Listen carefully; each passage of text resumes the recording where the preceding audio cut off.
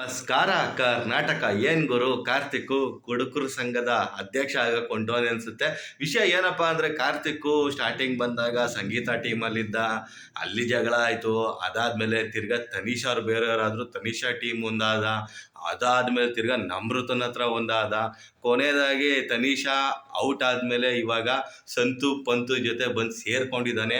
ವಿಷಯ ಏನಪ್ಪಾ ಅಂದ್ರೆ, ಸಂತು ಪಂತು ಅವರು ಸಿಕ್ಕಾಪಟ್ಟೆ ಅವಳಿ ಕೊಡ್ತಾ ಇದ್ದಾರೆ. ಮತ್ತೆ ಇನ್ನೊಂದು ವಿಷಯ ಏನಪ್ಪಾ ಅಂದ್ರೆ, ಈ ಸಂತು ಪಂತು ಜೊತೆ ಸೇರ್ಕೊಂಡ್ಮೇಲೆ ಕಾರ್ತಿಕ್ ಡೌನ್ ಆಗ್ತಾ ಇದ್ದಾನ ಇಲ್ಲ ಅಪ್ ಆಗ್ತಾ ಇದ್ದಾನೋ ಗೊತ್ತಾಗ್ತಾ ಇಲ್ಲ.